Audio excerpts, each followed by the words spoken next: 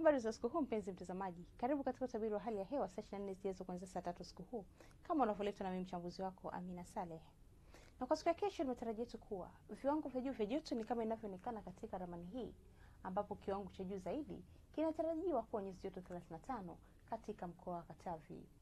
Upepo wa bahari unatarajiwa kuvuma kwa kasi ya kilomita 20 kwa saa kwa pwani yote, na hali ya bahari ni mawimbi madogo. Katika ziwa, upepo unatarajiwa kuvuma kwa kasi ya kilomita 30 kwa saa, na hali ya ziwa ni mawimbi makubwa kiasi. Baadhi ya maeneo yanayozunguka ziwa Victoria, hususan mikoa ya Kagera na Geita, kunatarajiwa kuwa na hali ya mawingu kiasi, mvua na ngurumo na vipindi vya jua katika maeneo machache.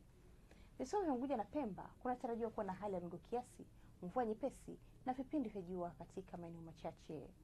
Na maeneo mengine nchi yaliyosalia yanatarajiwa kuwa makavu yenye mawingu kiasi. Kutoka mamlaka ya hali ya hewa tunasema asante kwa kuwa nasi na tunawatakieni usiku mwema.